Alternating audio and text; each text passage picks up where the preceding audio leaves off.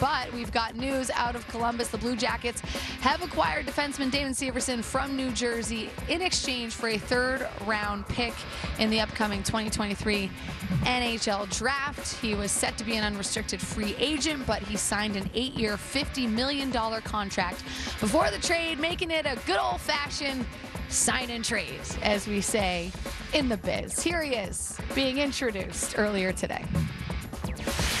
There was a lot of stuff that went into it over a few days, but when they were aggressive in their pitch and they really wanted me to be there, it made me feel like that could be a good spot. And then a few conversations are had in the inner circle, and you go from there, and it worked out. And just not being through something like this before, I was just very open. The only thing I've known is New Jersey, so came into the Zoom call. The management group was apart. The only person that I have any familiarity with that was on the call was Rick Nash, just from being on Team Canada there a few years ago, and he was on the management group. So he was a deciding factor for sure. He was a huge piece of me wanting to go to Columbus when he started to speak. I had some tough years, like you said, in New Jersey, and now seeing Columbus go through it last year. I'm looking forward to hopefully being a part of a solution again in Columbus, being a part of one in New Jersey this past season. So it's an exciting opportunity.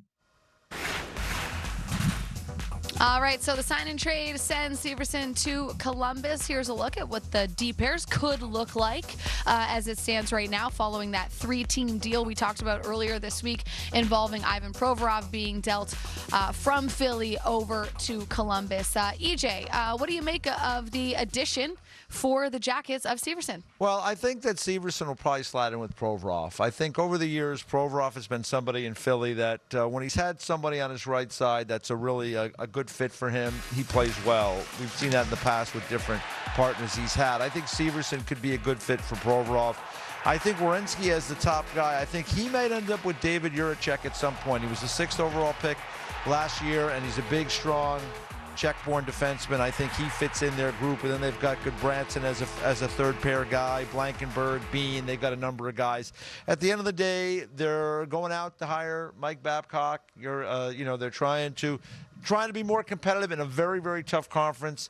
And to give Jarmo Kekalainen a lot of credit, he went and he got ahead of the game. He was proactive.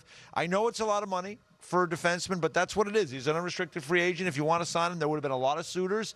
He got ahead of the game, traded a third-round pick, got Severson, traded for Provorov. His defense is way better today than it was a couple weeks ago. And I'm betting it's going to get better. I don't think they're done yet. I think Columbus is going to go after one more, and they're going to want a solid top 4, and then they can use the other guys to fill in, because I think they're going to be defensive first team under Mike Babcock. Yeah, and he likes lefties and righties, yes, right? He likes the lefties on the left, righties on the right. They signed a lefty and a righty.